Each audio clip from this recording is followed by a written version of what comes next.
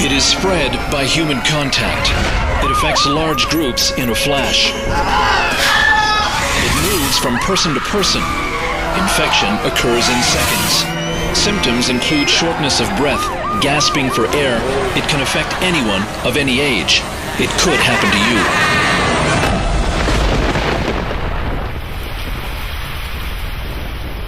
They say, into each life some rain must fall. And it seemed like it was our turn. My partner Shannon's father contracted leukemia in her 6th month of pregnancy. He died suddenly a month later.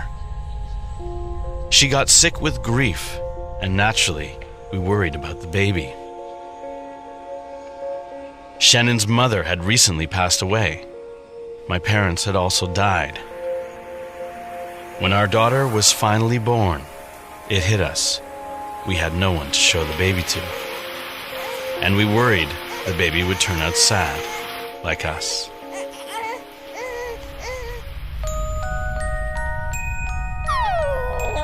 Then, something unexpected happened.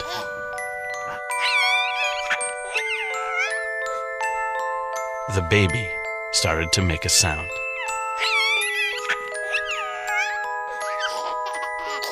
Who taught this baby to laugh? Obviously, it wasn't us. We were all doom and gloom. I did a little research and I found the answer. Who taught this baby to laugh? No one, it appears. Babies just begin laughing by themselves. Babies everywhere in the world start laughing at 2 to 4 months of age. Could it be these babies learn to laugh by watching their parents? Even blind babies begin laughing around the same time. Could it be that babies learn to laugh by hearing their parents laughing?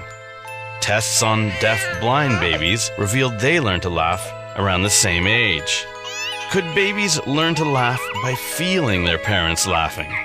An Austrian study even tested a deaf-blind infant with limited sensation and discovered that he laughed as well. No one teaches babies to laugh. They just do. If deaf-blind babies can laugh, maybe I could do it too.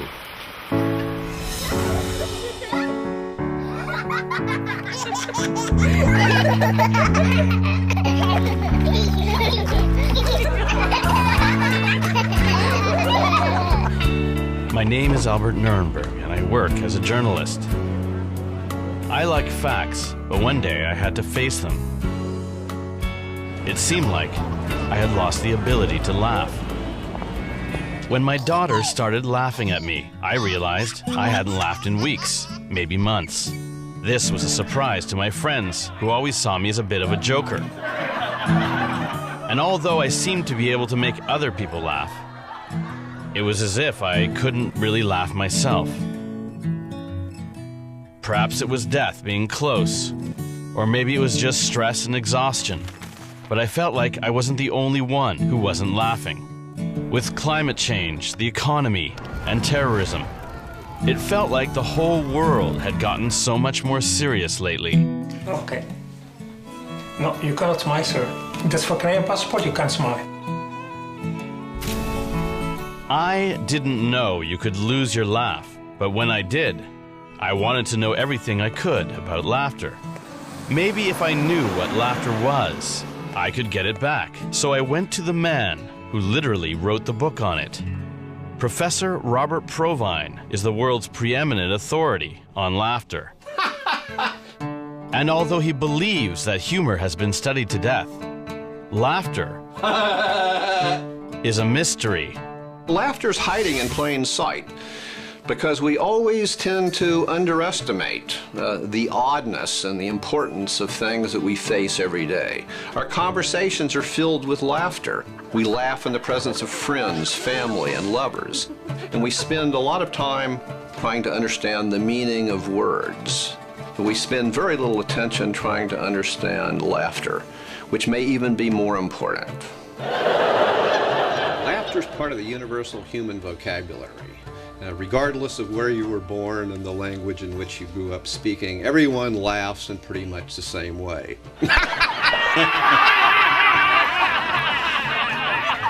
And people will understand what you're doing.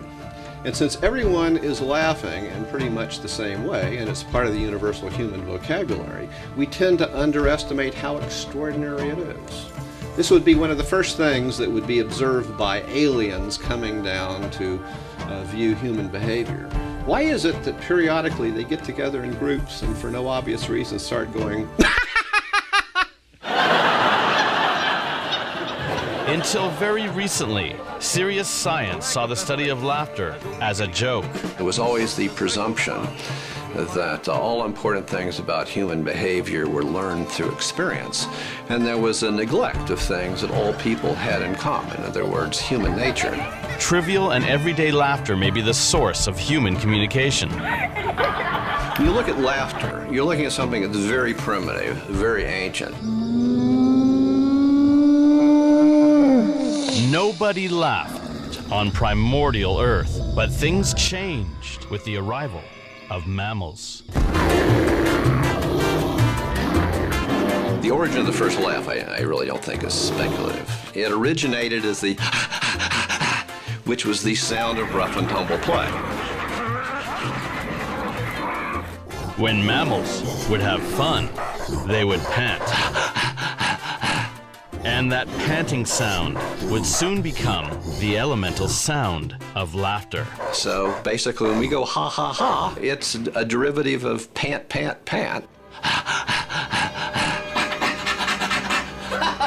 Ha ha ha.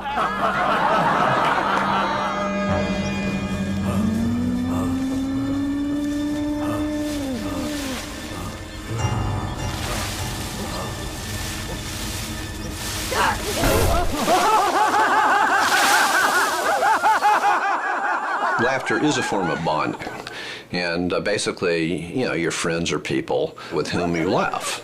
Outliers would be laughed at, and this will either drive them away or get them to dress and act normally so they can rejoin the unit. So while we don't think of it, it's a way of getting people to shape up. This labored breathing became a useful signal that I'm playing with you, not attacking you. In fact, laughter may have been the original peace signal, allowing early humans to stop fighting and to party. So laughter may have helped bring us out of the jungle. It can bond friends and even create peace. But so what? I could survive without laughing. Millions of people do. But just in case, I decided to go see a laugh doctor. And there actually is such a thing.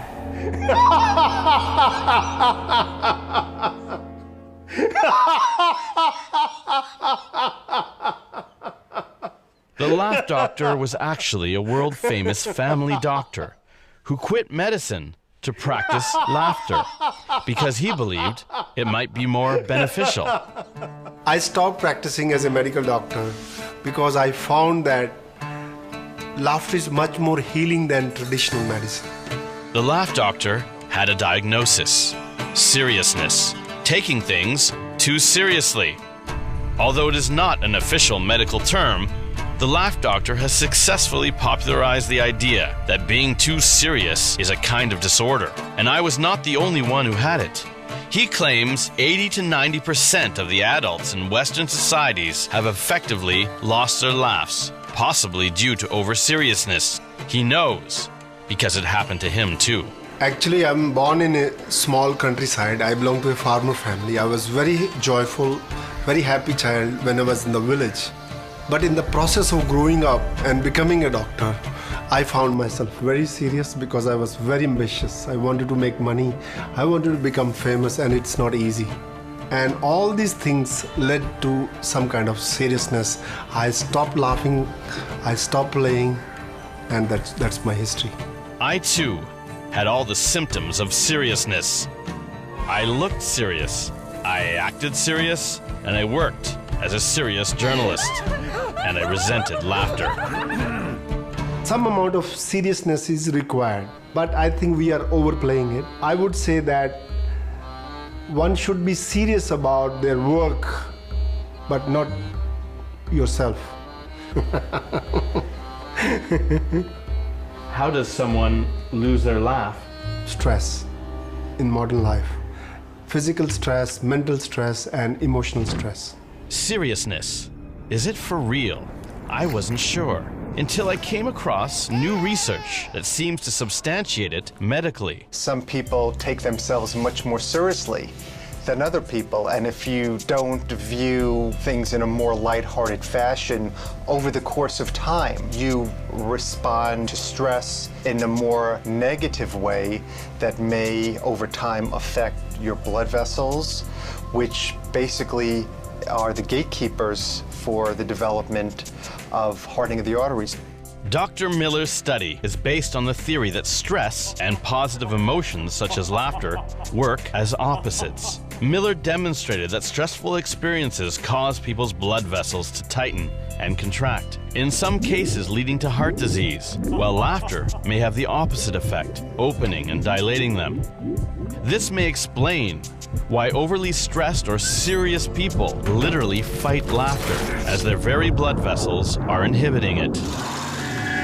But in extremely stressful situations, people are known to release their stress by bursting into fits of uncontrollable laughter. The foreign minister went on to say he was confident the U.S. and France could rebuild their close ties now strained by the debate over Iraq. Do not make me laugh during the news, please. I'm trying to be serious this morning. British military officials are reporting that Iraqi parliamentary forces...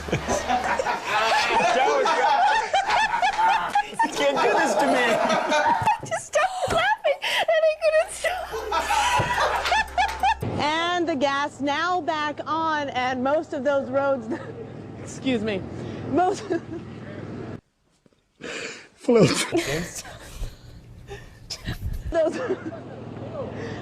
those roads, including Broadway, are now back open. 검찰의 수사가 확대되고 있습니다.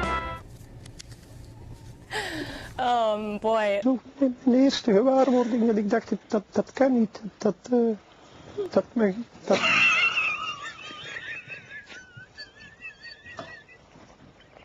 Excuseer, dames en heren. Dus, je probeert dan terug je toekomst.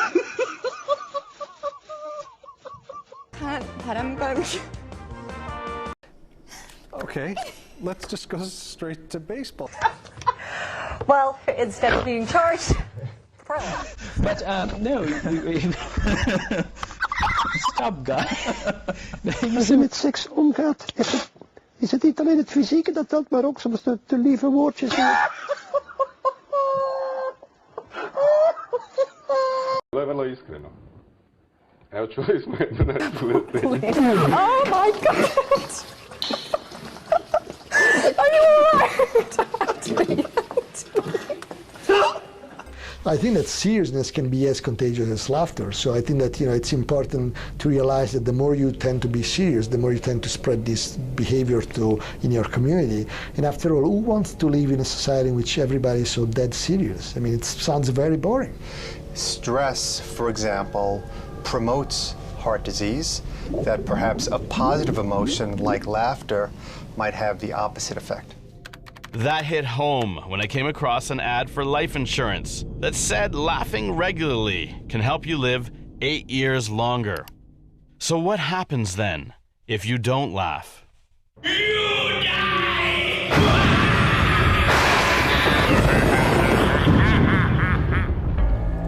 If laughter is so great, why isn't everyone laughing all the time? Well, it turns out that laughter had some pretty serious enemies who drove it underground. So if we go back to Plato, our first man of letters, he was very much concerned with laughter and humor, not because he appreciated it, but because he feared its power. He thought laughter was ugly. Laughter could lead to the undermining of authority and the ultimate overthrow of the state. The world's major religions followed suit, taking a dim view of laughter. If you look at the recognized masterpieces of Western art, laughter barely exists in human history. The entire canon only includes a handful of images where people actually laugh. In the 18th century in England, it was considered to be a case of losing control. So you're seeing this kind of ugly, primal quality.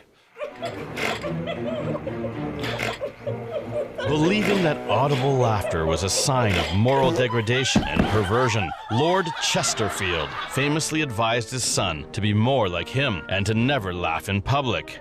George Catlin published Shut Your Mouth, which warned that regular laughter irreparably damages your teeth. Then, in 1875, author George Vasey would launch a full frontal assault, essentially calling for the total elimination of laughter in favor of smiling. A humorless Vasey believed that laughter was unnatural and drove its victims to commit vicious acts simply to perpetuate more laughter. Vasey claimed laughter hideously distorted people's faces, and in the case of children, it could have an even more serious outcome. Victorian fear of laughter may have led to its frightening stereotyping in the Dracula legend, perhaps the original source of the evil villain laugh.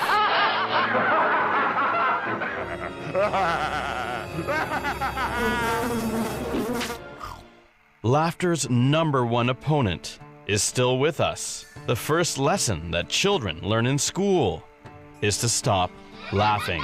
We can't have any more of this. If you can't settle down and act your age, then I'll have to ask you to leave the room.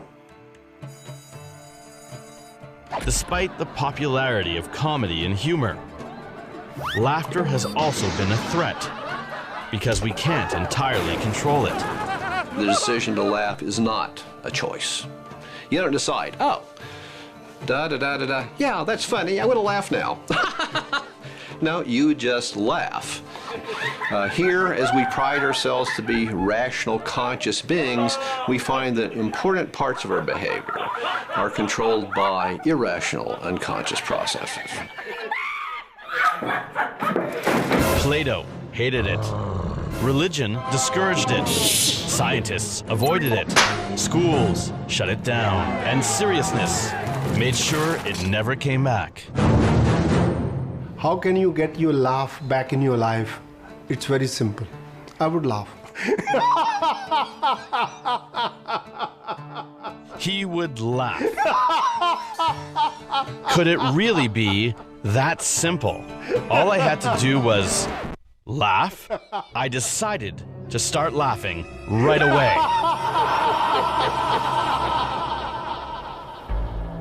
Could it really be that easy? All I had to do was just start laughing?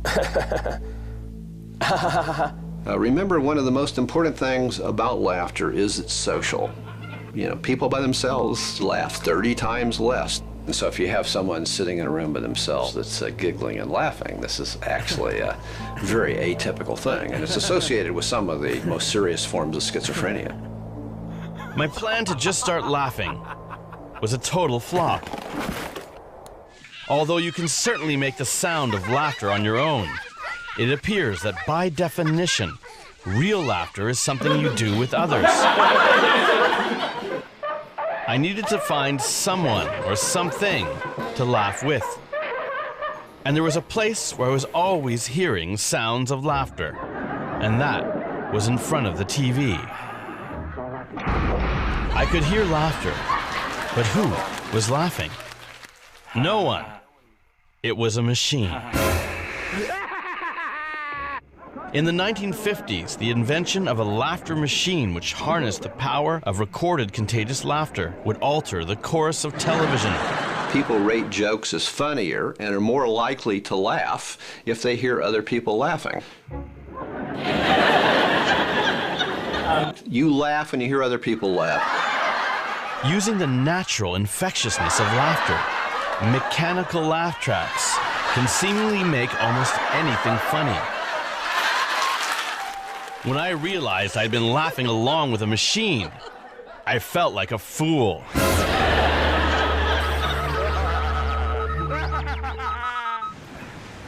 So I went to Los Angeles, where I found some human laugh tracks who might be able to do the job. These are professional laughers. The laughers have a fascinating history in Hollywood. They were the product of a crisis at the popular TV show, The Nanny. Apparently there was some kind of security issue and there was some kind of stalking going on. And they didn't want to take any chances of bringing in anybody off the street. They said, can you give us about 25 people that have really good laughs? And I'm like, okay. They were so effective that the laughers were quietly hired by a number of comedy shows for their ability to make the shows seem funnier and their signature laughs. Oh!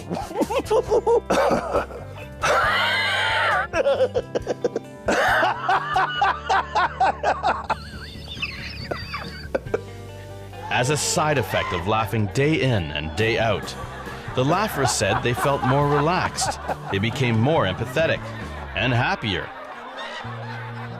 It was magic. The Nanny wrapped up and reality television came in, and work for the laughers dried up. It just stopped. Yeah. I went into a withdrawal. So you do. Like a depression. I was calling up fellow laughers going like, oh, this is horrible. This is like, this is really depressing, not being able to go out and laugh. And you're calling me, it's like, where's the job? Yeah. Yeah. My wife found me in the bathroom laughing. After a year, I never was depressed. The whole time I was working, I was never depressed. I'm on antidepressants now because it's been a couple of years. You know, there will be things that happen. Are you joking? No, I'm not joking. There will be things those were the happiest times. Really, it was really great. While they laughed like pros, it seemed to me that the laughers were sad. They had lost their laughs too. I had tried solo laughing. I had tried TV. I had even tried human laugh tracks. And none of it had worked. Maybe it was time to think outside the box and try something different. Contrary to what a lot of people thought for a long time, that laughter was uniquely human, I think we're going to find that's not true. If we look at laughter of our primate ancestors, chimpanzee laughter is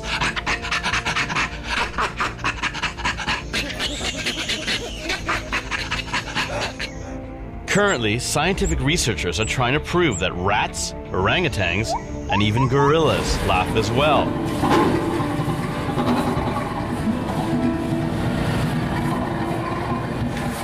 To test the theory that dogs may laugh, we took a recording of so-called dog laughter to a nearby animal shelter.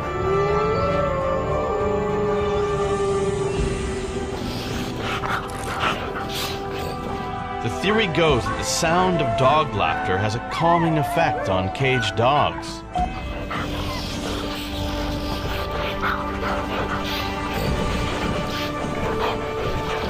When we played the recording, a surprising thing took place. These abandoned dogs, normally skittish and stressed out, perked up their ears and quietly lay down. No, they're very calm. Their ears went up, they all were looking towards the sound, and they were quiet. I was amazed. It just took them out of their own stressed feelings, and they focused on something else. And they were focusing on the sound of those dogs laughing. It blew my mind that some animals may also be making the peaceful panting sound that we call laughter. I thought there was just a couple of ways to laugh, but there may be far more.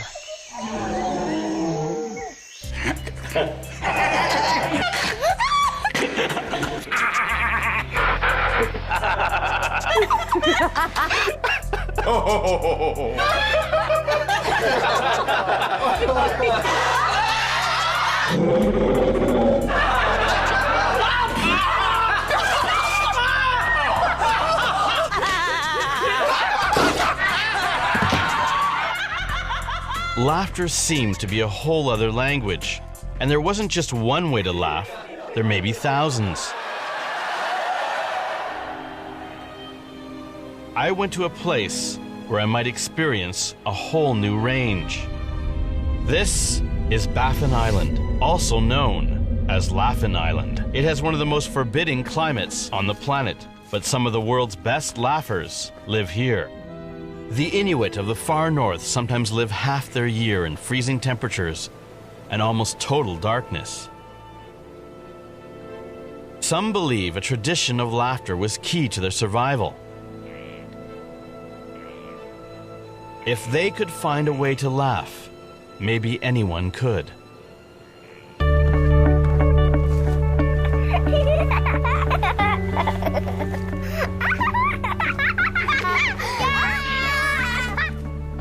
I think we were taught since we were small to play laughing games.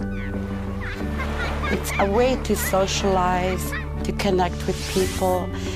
The whole community would get together and celebrate, even with no words, actions, making faces.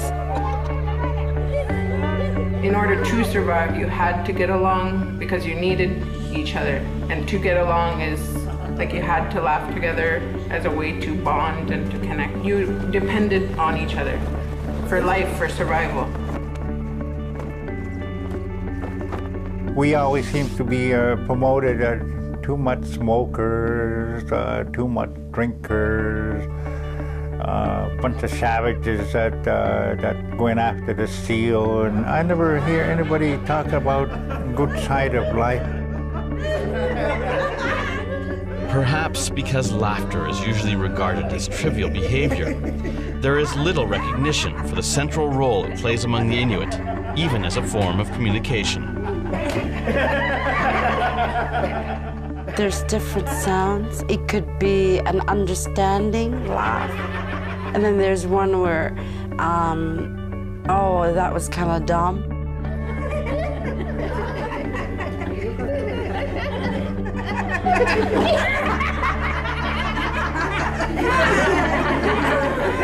The Inuit have a tradition of laughter games possibly stretching back thousands of years. This is throat singing. Usually viewed as Inuit folk music, it may also be an ancient laughing game, creating laughter out of thin air.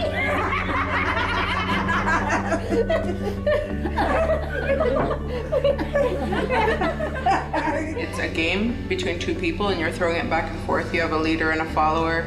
A lot of people say that whoever laughs first loses the game, but it's a very good-natured form of competition.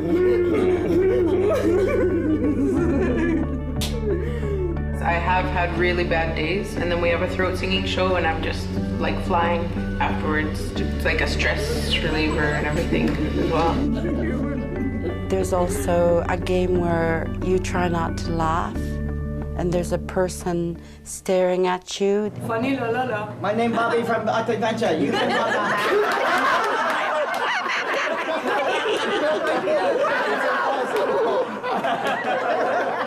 I don't know, it's just so natural. Like, we laugh every day, and it's just so much a part of our culture. I think the culture of white people, Inuit culture, are two very different. White people culture is so stringent. In fact, they even have a word for it. To talk like because you're really serious. But even more, in a harsh and sometimes difficult climate, the Inuit believe that being too stressed or too serious can be fatal. When you're too serious, it's not good for you. You're not going to survive.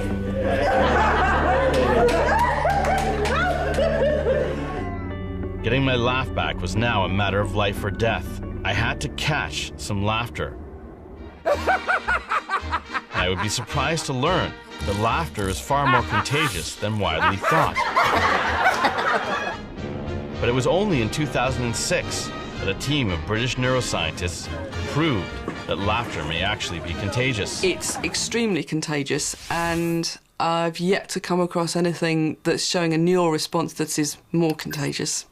This basically came out of doing a pilot study looking at the neural responses to what happens when people hear emotional noises like screams or laughs. And we found that when people heard the laughs, there was lots and lots of activation in the parts of the brain that would actually be associated with moving your face and making noise yourself. And we thought that's really interesting. So we went back and tried to look specifically at this. It looks like those brain areas that you're using to control smiling and laughing are actually responding very strongly when you hear laughter. And that seemed to be quite a good mechanism for the contagiousness of laughter to actually be transmitted. The neuroscientists demonstrated that hearing contagious laughter triggers you to laugh, which makes other people laugh, and on it goes. But there was more. Science has generally held that humans, allegedly warlike by nature, are heavily triggered by the negative emotions of fear and anger, but we may actually respond more strongly to positive contagions. What we found that was really striking was there was a correlation of the activity in that area with how positive the sounds were. I'm not trying to say that these other emotions aren't contagious. Disgust is very contagious. Fear and panic are very contagious. That was different about laughter, and probably different from any other one that I've come across, is it really seems to drive a behaviour. In contagious laughter, we have people locked together brain to brain. So when one person is laughing, the other person will laugh along. A similar thing is happening in regard to yawning. When you see another person yawn, you don't decide, oh, I want to yawn too. It just happens. If you're mirroring somebody's laugh, and it means you're joining in with their laugh, and you are producing genuine laughter of their own, which will be driving their laughter more. The evolution of contagious acts was a very important phase in the emergence of sociality. As people started to get together and interact in groups. When looking at contagious laughter, I think this is a step. We may also be looking at the roots of empathy. The breakthrough here is that we may be more positive than we realize, especially when we engage people with laughter. We are very strongly activated by positive signs from other people, much more so than we are by negative signs. But the study also revealed one of laughter's peculiar qualities: its ability to override bad moods. This very strong positive contagion of laughter means it can override a lot of other things. And you hear the phrase, oh, they broke the ice. It kind of means it was a little bit frosty and then somebody made somebody laugh, and that's spreading around. So it's a very good way of turning round a negative mood. What Sophie Scott proved was that whether or not you laugh a lot, your brain is designed to be a laughter machine. You just need to activate it. That gave me an idea. Why not meet the man with the most contagious laugh in the world? But I would be surprised to hear that Doug Collins of Tennessee had once lost his laugh too. The day I got fired from my job that I worked 33 years on, I had 25 years of perfect attendance, and I was the first one they fired. 2 or 3 months, I just couldn't hardly laugh at all. I was depressed, and my wife had a brain tumor, and I didn't know what I was going to do about the medical insurance, because we lost all of our medical insurance, and we had to go in survival mode. What really got Collins laughing again was a chance appearance on a popular live comedy show.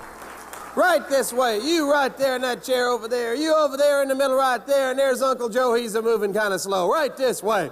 You sit right there. Ladies and gentlemen, I don't know these guys. Never met them before in my whole life. Let's meet them together and figure out who they all are. They bring people out of the audience up on the stage and try to crack them up and make them laugh and everything. And when they brought me up there, I just stole the show. Go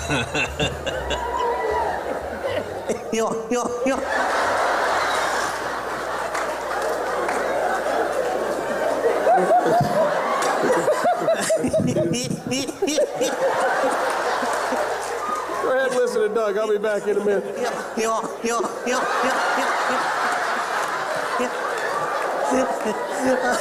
Folks, this show may be over. Stop. Collins' laughter would have an audience of hundreds in stitches for over 20 minutes. The performers walked off the stage, and after the video of the event was posted online, Collins' unique laugh became an internet sensation.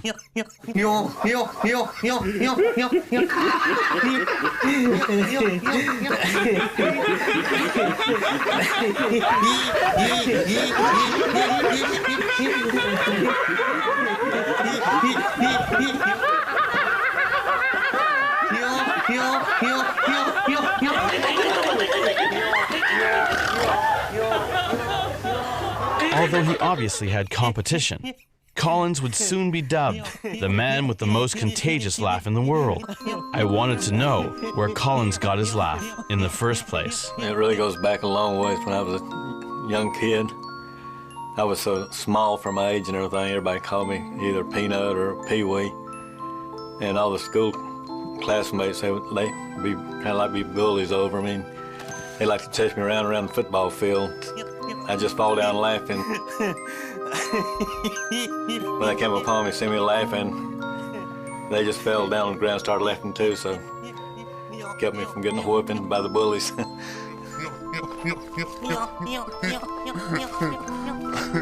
I use my laugh to really save my own skin. Half the comments on the YouTube video talk about how if they're ever feeling bad or feeling down or just had a bad day, they'd come home and watch the video and they'd instantly be feeling much better. There's definitely a therapeutic effect to it.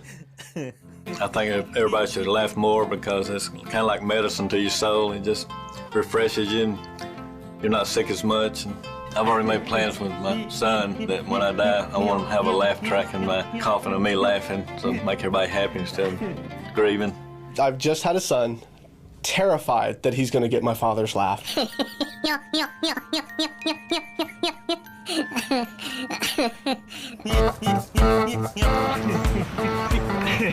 At the invitation of the neuroscientific team that demonstrated that laughter was contagious, we brought Doug Collins to London for examination to see if they could figure out what made him special.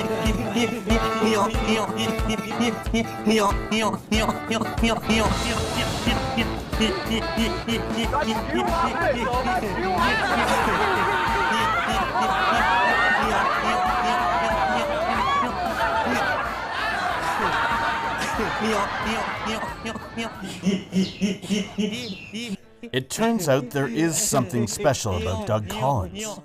He showed extra sensitivity to being triggered to laugh by the sound of laughter. But whose laughter? The answer soon became obvious. You know, when I laugh and I get to a certain point, I get tickled at my own laugh. That's when I really can't stop. I just keep going. Doug Collins is a living laughter feedback loop. Folks, this show may be over. What are we seeing here right now? What we're actually seeing, quite interestingly, is that Doug's brain responds much more when he hears laughter than our normal control subjects. So he's getting much more extensive activation and it's much greater. So sort of the feedback loop of contagious laughter is more in effect. Yeah, it's taking over more of his brain. More of his brain is laughing than in an average person? I think so, yeah.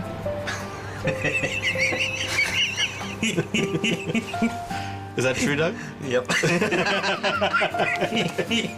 Even though Doug Collins had once lost his laugh, he was a one-man laughter epidemic. And Doug Collins certainly made me laugh. But when he left, the laughter ended. And I was no Doug Collins. But the fact that he could get his laugh back gave me hope. And it seems like laughter has a strange way of giving hope to the hopeless. Take the story of Norman Cousins. The guests at the Mayflower Hotel in Manhattan must have thought they had checked into a madhouse. Day and night they could hear a man laughing uproariously. But what could be so funny? 50-year-old Norman Cousins was laughing to save his life. I was associated with Norman Cousins at the Saturday Review. This man really did a great deal. He represented President Kennedy in negotiating the nuclear test ban. And then Kennedy asked Norman to write a speech for him. He worked for the Vatican. He could pick up the phone and the Pope would answer. That was how important he was during his day. Norman had a trip to Russia, which was very strenuous. He traveled a great deal. And when he came back, the moment he got off the plane, he felt terribly ill. There was, I think, some kind of deterioration of his connective tissue. He was in a lot of pain. They made it pretty clear to him that this was a fatal disease and that he didn't have too much time to live. So what he decided to do was to laugh himself to sleep.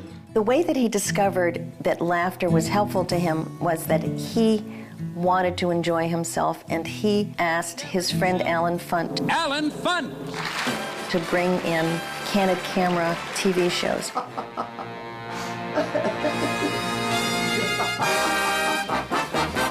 After he had 10 minutes of belly laughter, he could have a half an hour of pain-free sleep, and that was a lot.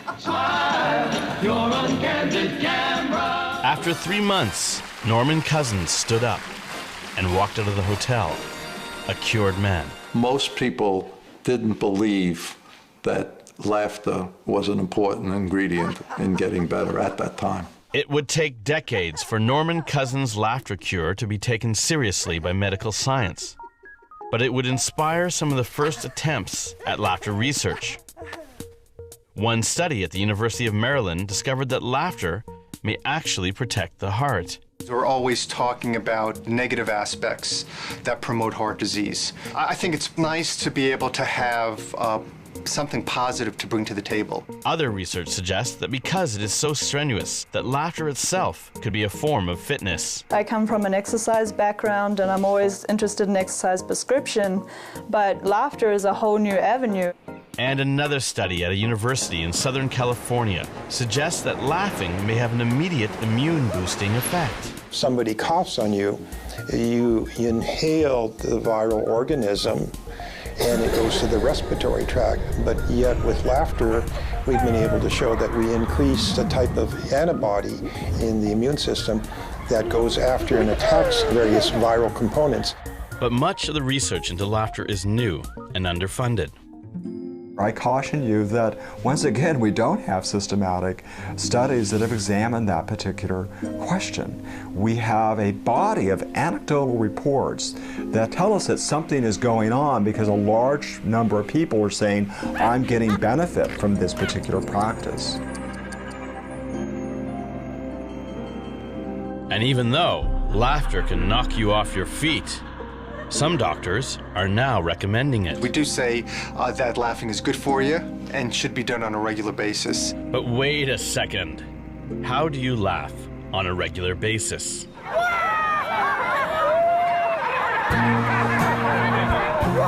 It was time to join a laughter club. Laughter clubs are a relatively new phenomenon, where people seem to gather absurdly just to stand around and laugh.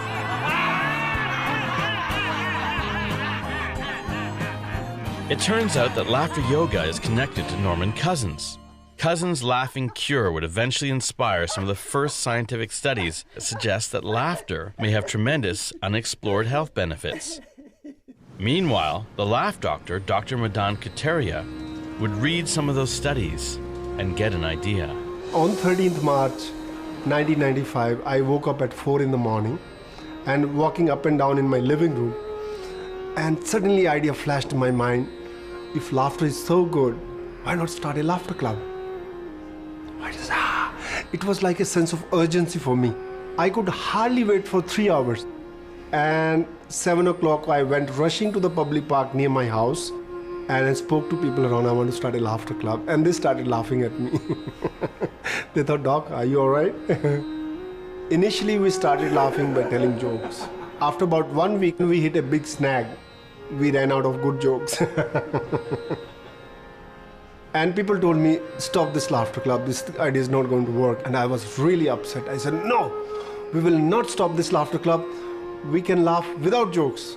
So I came home and I was searching and looking for some idea how to laugh without jokes.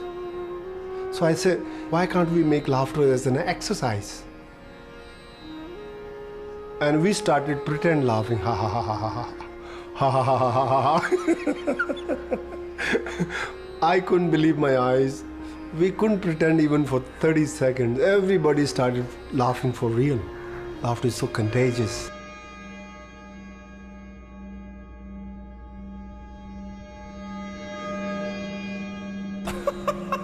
This breakthrough would lead to a worldwide explosion in laughter clubs, with the movement quickly spreading from India to 60 countries and counting, as if by the contagiousness of laughter itself.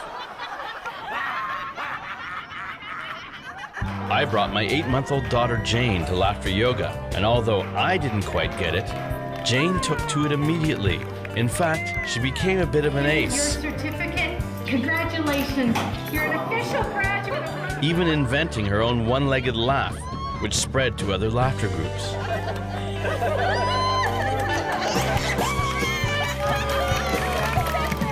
Although Jane was on her way to becoming a laughter yoga master, I was at a dead end. I couldn't get past the concept of just laughing for no reason. It seemed to me that you needed something funny to laugh at. Wrong.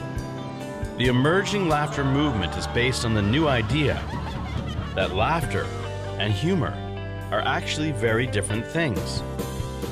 In fact, while humor might be tens of thousands of years old, laughter is millions of years old. People usually assume that all laughter is produced by humor and jokes. That's how I roll. But studies now suggest otherwise. The essential element for laughter is laughter and other people. It's not jokes. We found only maybe 10 or 15% of pre-laugh comments are remotely jokey. There's quite a lot of evidence showing that actually if you look at what people do when they're talking to each other and what makes them laugh, it's very infrequently because somebody's told a joke. People will laugh lots of different ways to kind of back up what somebody's saying or to join in with some other aspect. And also when somebody says something deliberately funny, but it doesn't have to be. Most people believe you can't laugh without jokes. I think most of the laughter which comes in our real life is not from comedy, jokes or humor. It's all about being together. When friends get together, we just laugh because being together is fun. When we were children, most of the laughter which came was from the body, out of playfulness, joyfulness. And as we grow up, it seems that laughter shifts into the head, into the brain. Perhaps there are two kinds of laughter. Laughter produced by humor What's up with that? is an intellectual two-step laugh.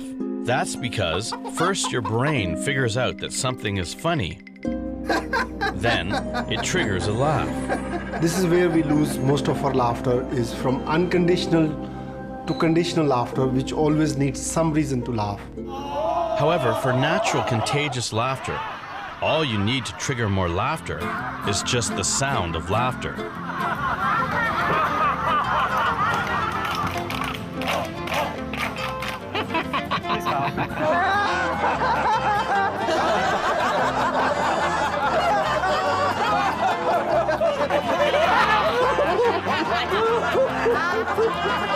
But all this easy laughter seemed too good to be true. Weren't they just faking it? This is fake. This is fake. If I said to you it's fake, what would you say? Right on. Isn't this fake laughter, isn't it? Artificial laughter becomes real laughter because you have to start something. Morning.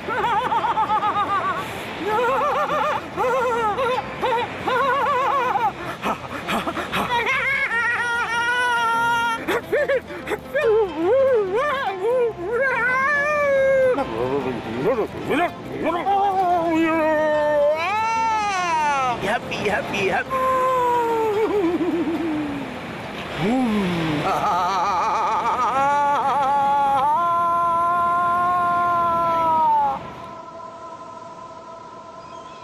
It sounded crazy, but he had a point. There's now proof that the sound of laughter triggers contagious laughter. But there are likely more triggers. Laughter may be as contagious as you want it to be. In groups where people are comfortable with one another, simple eye contact will trigger laughter. Pointing and laughing may trigger more laughter, and when people lay on the ground together, their laughter reverberates off the floor, triggering even more laughter. But one of the most extreme examples is when people laugh back to back.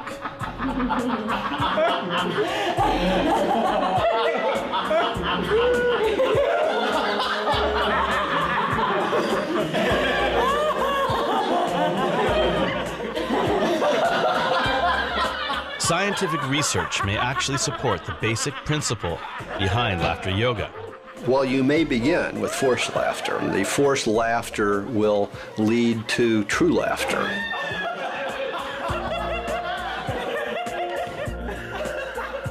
Contagious laughter is real laughter, and I think the laughter of laughter yoga, well, it's contrived at the outset, leads to real laughter, because one of the most important stimuli in everyday life for laughter is laughter.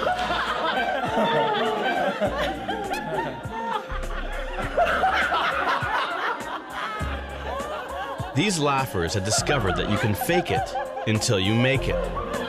It was starting to make sense. You can create laughter simply by laughing. Because when you laugh, your own body will often laugh along. And when you do it with other people, the laughter triggers multiply. And soon people are sharing fits of laughter together. Practicing contagious laughter may be a new form of exercise promoting health and happiness. I was just about there. So I decided to go to India to try and laugh with the man who invented laughter yoga, the laugh doctor himself. Then, disaster. In what would then be dubbed India's 9/11, terrorists opened fire on innocent civilians in the streets of Mumbai. In a series of coordinated attacks, the terrorists target landmark buildings, murdering civilians and tourists. It is the ultimate seriousness. Previously scheduled, I arrived the next day.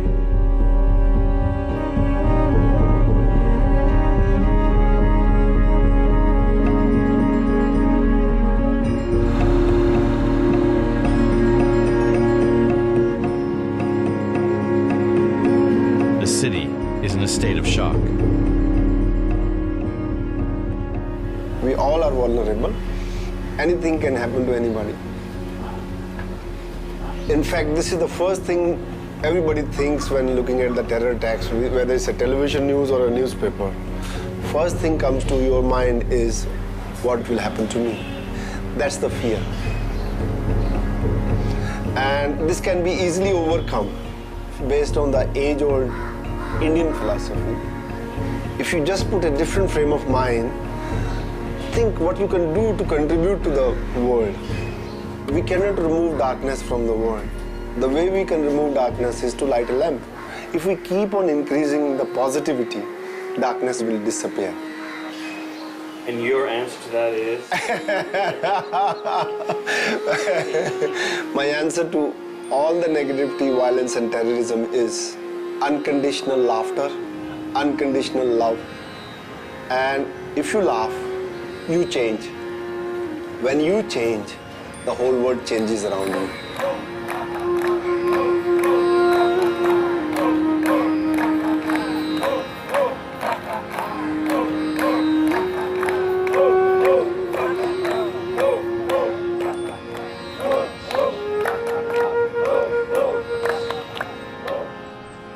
Only days after the massacre, the laugh doctor was laughing again. And life in Mumbai seemed to be returning to normal. I had come to Mumbai to laugh, but I had cried instead. I felt like I had lost my laugh all over again. So I knew where I had to go next. A place where I would have no choice but to laugh. A place where laughter is a disease. I discovered that in 1962 in Africa, there was an exceptional epidemic of laughter. Thousands of people in the nation of Tanzania would start laughing for no apparent reason. For days, even weeks, it became known as the laughing disease.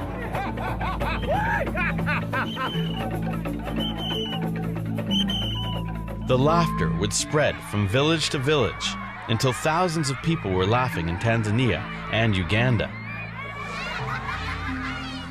I decided to make a bold move. If I went to Tanzania and contracted the laughing disease, then perhaps I would finally begin to really laugh. But what caused laughing disease? Was it something in the water? Or was it a plague of grasshoppers? Or was it the Tanzanian laughing bird? When locals saw me investigating, they asked me what I was doing. When I told them, they promptly fell down.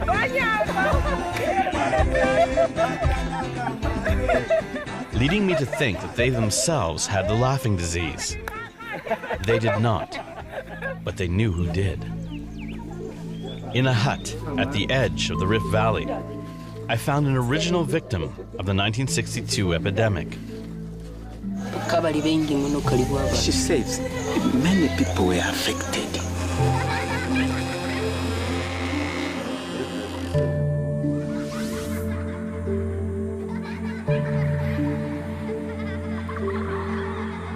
But for that particular year, the weather had a very big change of weather.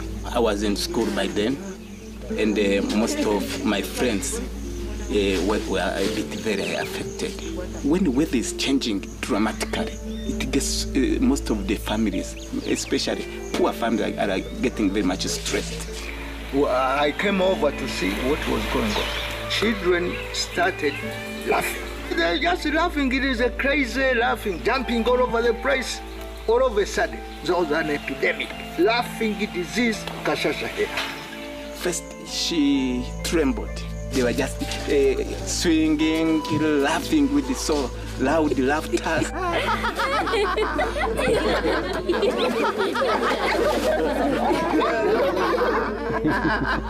Like that. We took all the blood samples, went to Europe to find out if there was a virus. You know, they thought about differential diagnosis. There was a, we say NAD, nothing abnormal detected. Even though the laughing epidemic would last over 18 months, medical officials would be mystified as to its cause. I went to the school that was at the epicenter of the breakout to see if I could find any answers. I would be shocked to discover that the laughing disease had returned. Just that week, a 16-year-old girl at the school had begun laughing and laughed for 3 days straight. I was in class. I started laughing, and then later I cried. But then she lost her mind. She didn't know what happened next. It took 3 days consecutively laughing and crying. She did not stop day and night until the second day when we took her to Kashasha Hospital, and they would give her sleeping tablets. So every time she would wake up, she would begin laughing again. And she was not the only one. At a nearby school, 4 girls began to laugh and could not stop. It happened here at school. She was worried. I was afraid. Back in the original 1962 epidemic, a new administration had come in across Tanzania with a severe approach to school discipline. At the same time, the laughter epidemic had broken out. And we found out this was a change of lifestyle. Too strict. And we had to go to this new administration to relax. At the time, no one could solve the mystery of the laughing disease epidemic. But with what we know today, there may be actually a simple answer. According to the psychiatrist, it was just stress.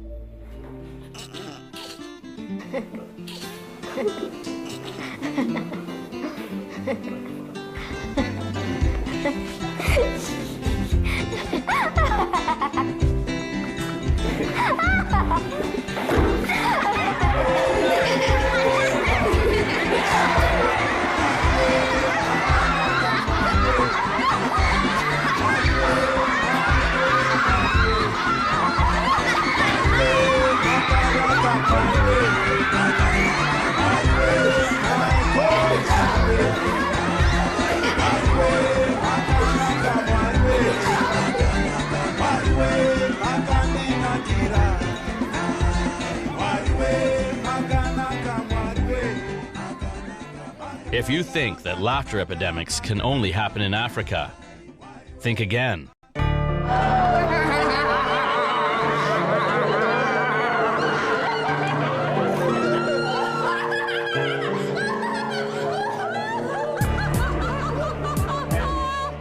This is holy laughter, a kind of extreme contagious laughter that has been spreading through churches around North America. The followers of holy laughter believe God laughs through them, and when he does, they often fall down on the floor, laughing uncontrollably. This is some of the most extreme laughter I have seen. The holy laughter epidemic began in a small church in upstate New York in 1989, when a congregation suddenly began chortling during a sermon by Rodney Howard-Browne. Howard Brown, a South African, sees himself as a reverse missionary, bringing a more spirited version of Christianity to overly dour North America. I don't understand why people have a problem with joy in church.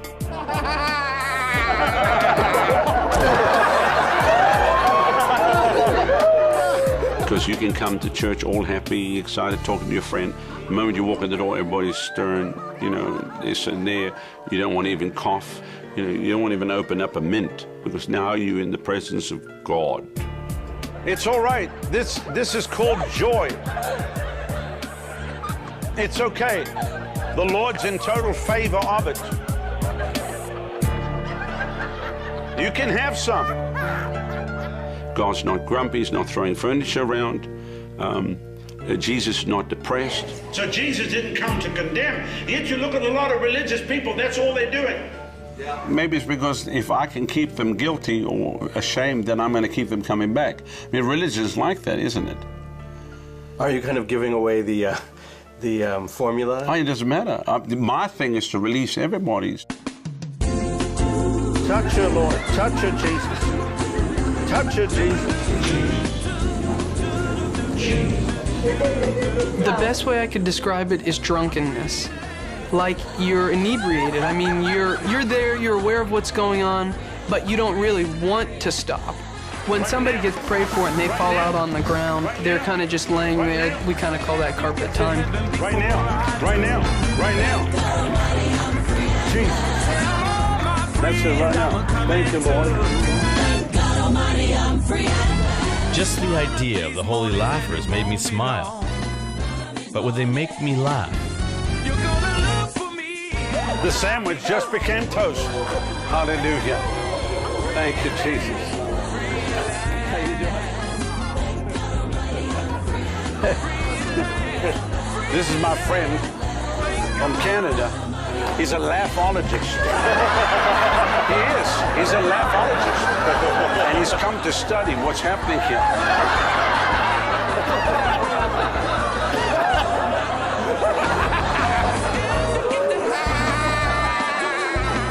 I never knew there was a Laughologist.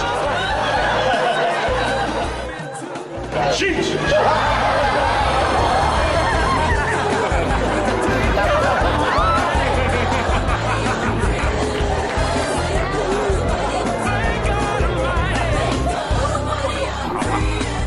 Although I didn't find God, I did find I was laughing. I was a believer in laughter. Perhaps I'd been doing it all along, because I realized your laugh is something you can never lose, because we were all born laughing. Maybe Plato was wrong. Laughter isn't ugly, it's beautiful.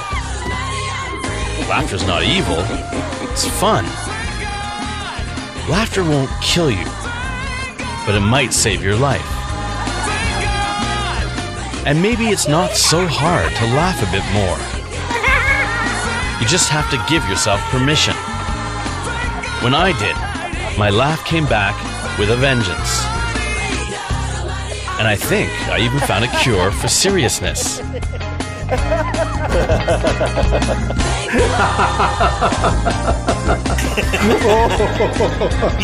According to science, laughter is more contagious than we realize.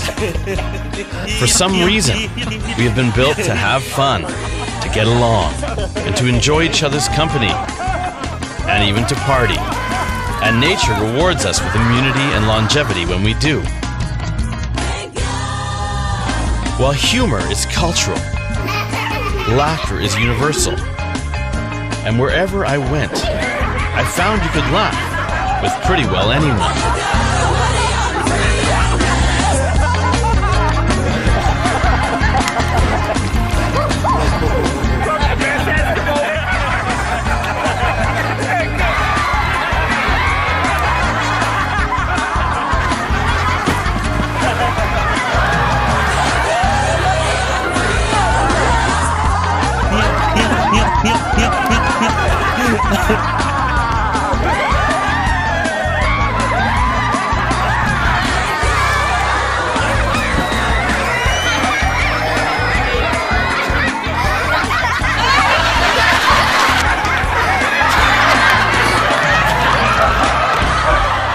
I have a message for the whole world. Life is serious, death is serious. It's time to take laughter seriously.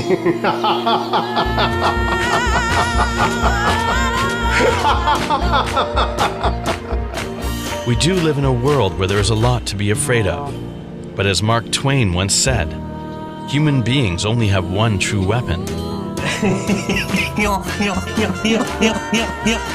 If babies can stare into the darkness and laugh, maybe the rest of us can do it too.